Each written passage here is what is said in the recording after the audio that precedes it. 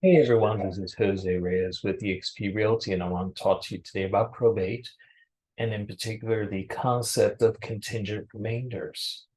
So, when going through the probate process, there may be properties that are part of probate that have contingency on them.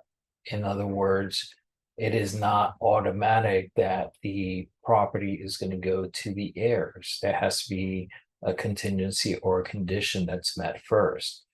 For example, there could be a survivorship contingency. One example is a father leaves the house to the daughter for her life, for the duration of her life. And then when she passes away, it goes to the brother. So the brother does not have ownership of the home because the contingency of his sister passing away has not been met. Another example could be a contingency based on age or marriage. So there is a trust, and the child heir may have to meet some requirements. They may have to wait until their age 30, for example, in order to receive their portion of the inheritance. Or there may be a requirement of being married in order to receive their portion of the inheritance. These are up to um, the owner of the estate before they pass away to make those decisions and decide how they want their assets distributed to their heirs, either directly or through a contingency.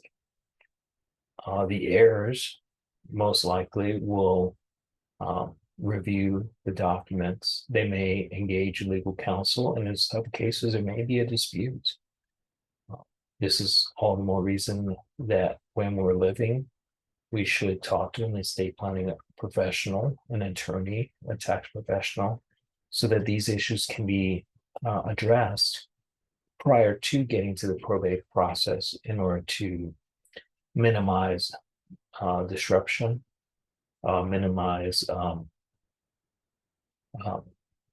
emotional outcomes, and let the heirs fully understand what their parents' final wishes were so that they can be honored.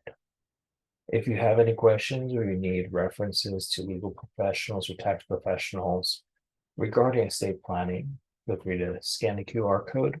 You get my number, or you can reach me through social media. Thank you and enjoy this beautiful day.